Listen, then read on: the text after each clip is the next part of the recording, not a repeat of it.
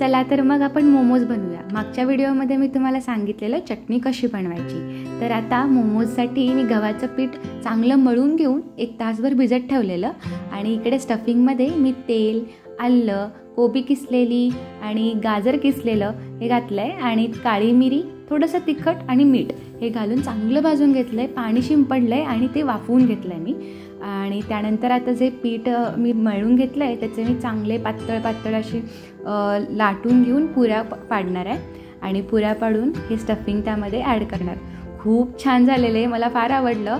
लुसलुशीत असे मऊसर होते। म्हणतात ना असं की बाबा मोमोज कसे तरी कच्चे लागतात, नाही, तुम्ही हे ट्राय करून बघा आणि एकतर हेल्दी पण आहे आणि टेस्टी पण।